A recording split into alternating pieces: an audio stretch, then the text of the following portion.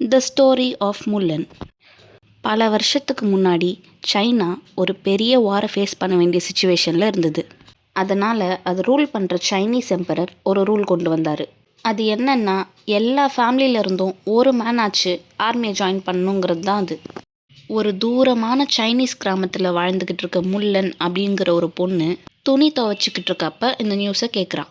இதை கேட்ட அவ வீட்டுக்குள்ளே வேகமாக ஓடுறா. அப்போ அவங்க அப்பா ஒரு சேரில் உட்காந்துக்கிட்டு ஒரு பீஸ் ஆஃப் ஃபுட்டை செதுக்கிட்டு இருக்காரு. அவங்க அப்பா கிட்ட இந்த நியூஸை பற்றி அவர் ஏதாச்சும் கேள்விப்பட்டாரா அப்படின்னு அவள் கேட்குறா. அதுக்கு அவங்க அப்பாவும் கார்ப் பண்ணிகிட்ருக்க அந்த பீஸை டேபிள் மேலே வச்சுட்டு, ஆமாம், நான் டவுன்லேருந்து வரும்போதே இதை பற்றி கேள்விப்பட்டேன் அப்படின்னு சொல்லிட்டு அவரை ரூம் நோக்கி ஸ்லோவாக நடந்து போகிறாரு. ஆர்மிக்கு பேக் பண்ண போன அவங்க அப்பாவை ஸ்டாப் பண்ணி, அப்பா ஒரு நிமிஷம் நில்லுங்க, இந்த வயசில் உங்களால் எப்படி இதெல்லாம் செய்ய முடியும் அப்படின்னு முல்லன் கேட்குறா. அதுக்கு அவங்க அப்பா, ஆமாம்மா, ஆனால் என்ன பண்ணுறது, தம்பி ரொம்ப சின்ன பையன், நான் தானே போயாகணும் அப்படின்னு சொல்கிறாரு. அதுக்கு உடனே முல்லன் அவர் அந்த சேரில் உட்கார வச்சுட்டு ஒரு கப் டீயை அவர் கையில் கொடுத்துட்டு ரூம்குள்ளே உடனே போகிறா.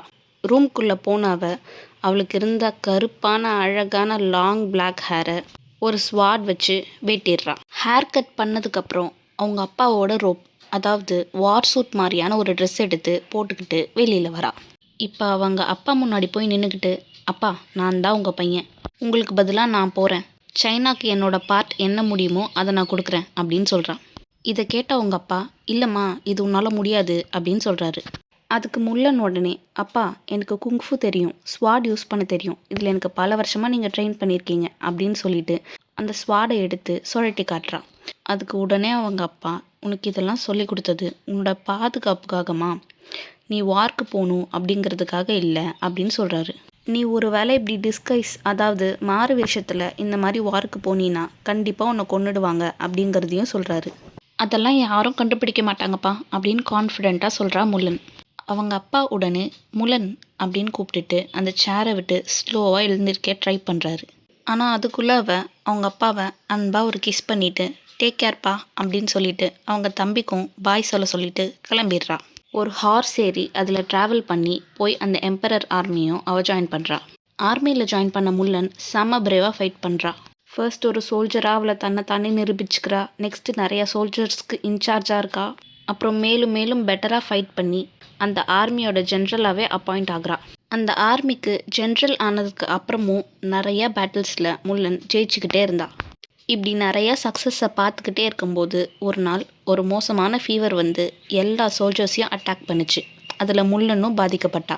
முல்லனை ட்ரீட் பண்ண வந்த அந்த டாக்டர் அவள் ஒரு பொண்ணு அப்படிங்கிறத கண்டுபிடிச்சி எல்லாத்தையும் ரிவீல் பண்ணிடுறாரு.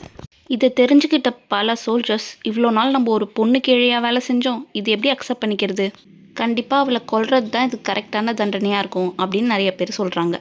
அவள் இத்தனை நாள் நம்மளெல்லாம் ஏமாத்திட்டா, இதுக்கு அவள் பதில் சொல்லியே ஆகணும் அப்படின்னு மீதி பாதி பேர் சொல்கிறாங்க. ஆனால் இன்னும் சில பேர் முல்லனால தான் நம்ம எல்லா பேட்லையும் வின் பண்ணோம் அப்படின்னு சொல்லி முல்லனுக்கு சப்போர்ட்டும் பண்ணுறாங்க. இப்படி மாறி மாறி எல்லாம் இந்த உண்மையை பற்றி பேசிக்கிட்டே இருக்கும்போது ஒரு சோல்ஜர் வந்து சர்ப்ரைஸாக ஒரு அட்டாக் வருது அப்படிங்கிறத சொல்கிறாரு. இந்த அட்டாக் பற்றி டென்ட்குள்ளேருந்து கேட்ட முல்லன், அவளால் சுத்தமாக முடியலன்னா கூட எழுந்து வெளில வந்து ஒரு ஜென்ரலாக எப்படி இந்த பேட்டில் ஜெயிக்க போகிறோம் அப்படின்னு சோல்ஜர்ஸ்க்கு கைட் பண்ணுறான். அதுக்கேற்ற பிளானையும் சொல்கிறான்.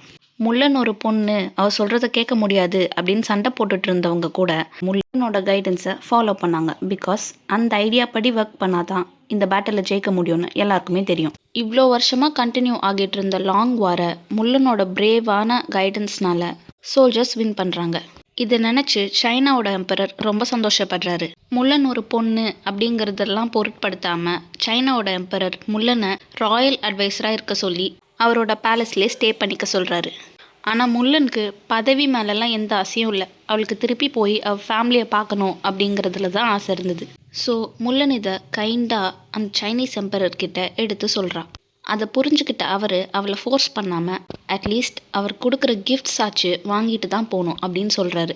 அதே மாதிரி அந்த சைனீஸ் எம்பரர் முல்லனுக்கு 6 ஃபைன் ஸ்வாட்ஸையும் 6 ஹார்ஸஸையும் கிஃப்டாக கொடுக்குறாரு. இது எல்லாத்தையும் அக்செப்ட் பண்ணிக்கிட்டு முல்லன் திருப்பி அவளோட வில்லேஜ்கே போகிறான். அங்கே இருக்க மக்கள் அவளை சியர் பண்ணி வெல்கம் பண்ணுறாங்க.